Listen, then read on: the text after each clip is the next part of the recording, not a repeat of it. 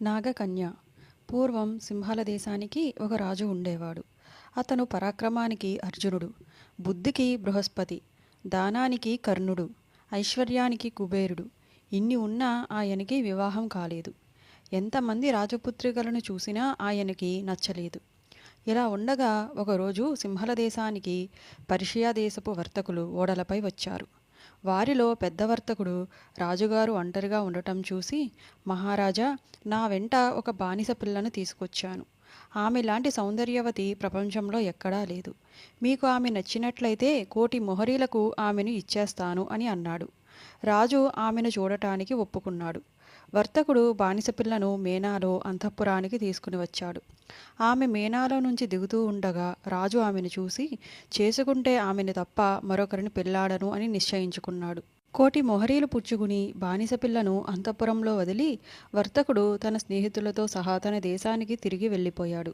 రాజుగారు తన పెళ్లికి శుభముహూర్తం పెట్టించి ఈ లోపుగా రాణిగారి కోసం సముద్ర తీరాన ఒక దివ్య భవనం కట్టించాడు. అది తన భార్యకు కానుకగా ఇచ్చాడు. రాజుగారికి బానిస పిల్లకు అతి వైభవంగా వివాహం జరిగింది. రాణిగారు తన భవనంలోకి ప్రవేశించింది. ఇప్పుడు రాజుగారికి ఒక దిగులు పట్టుకుంది.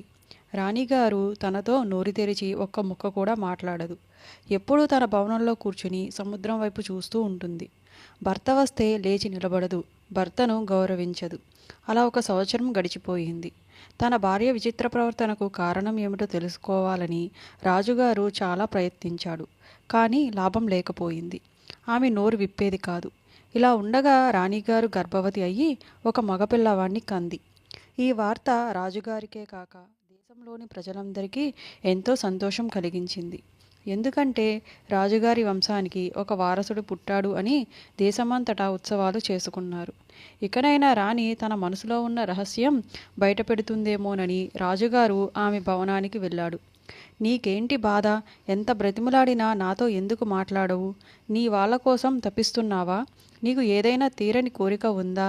ఏమి చేస్తే నువ్వు సంతోషిస్తావు చెప్పు అని భార్యను బ్రతిమలాడాడు. ఇంతకాలానికి నోరు తెరిచి రాణి తన వృత్తాంతం ఈ విధంగా చెప్పింది.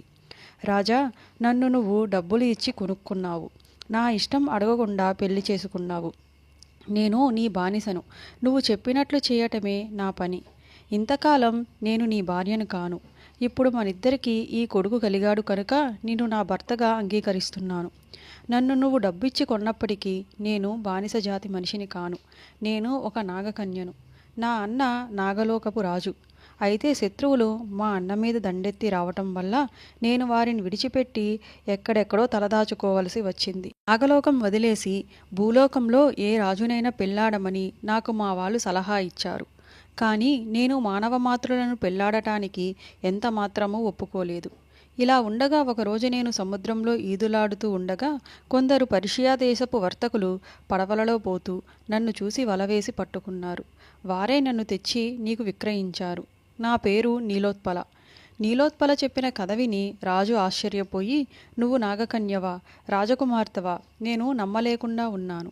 ఎందుకంటే నువ్వు నాగకన్యవైతే భూమి మీద ఎట్లా నివసించగలిగావు అని అడిగాడు. రాజా, మేము మీలాంటి మానవులము కాము. నీటిలోనూ నేల మీద కూడా నివసించగల దేవతలము. నీకు ఇంకొక విచిత్రం చూపుతాను అంటూ నీలోత్పల పరిచారికలను పిలిచి నిప్పు సాంబ్రాణి తెప్పించింది. నిప్పుల్లో సాంబ్రాణి ధూపం వేసి ఏవో మంత్రాలు చదివింది. సాంబ్రాణి ధూపం 4 మూలలా దట్టంగా అలుముకుంది. ఆ పొగలో నుంచి కొందరు మనుషులు ప్రత్యక్షమయ్యారు. ఆ వచ్చిన వారు నీలోత్పల అన్న నాగరాజు, అతని పరివారము. వారంతా సముద్రంలో నుంచే వచ్చారు. నీలోత్పల తన అన్నగారితో తన కథంతా చెప్పి తన కుమారుడిని అతని చేతికిచ్చింది. నాగరాజు తన మేనల్లుడిని చేతిలోకి తీసుకుని అకస్మాత్తుగా సముద్రంలోకి దూకి అంతర్ధానమైపోయాడు. నీలోత్పల అన్నగారు తన కుమారుణ్ణి తీసుకుని పారిపోయాడేమో అని రాజుకు భయం కలిగింది.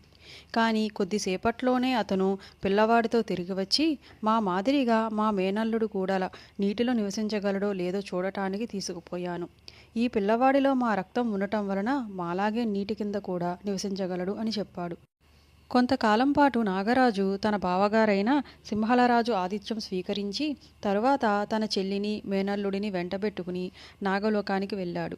అక్కడ కొంతకాలం వారిని ఉంచుకుని తిరిగి పంపించాడు.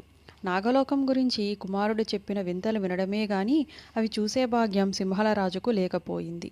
మేనమామ ఇంటి నుంచి రాజు కొడుకు చిత్ర విచిత్రమైన వస్తువులను, జంతువులను తెచ్చి తండ్రికి ఇచ్చేవాడు.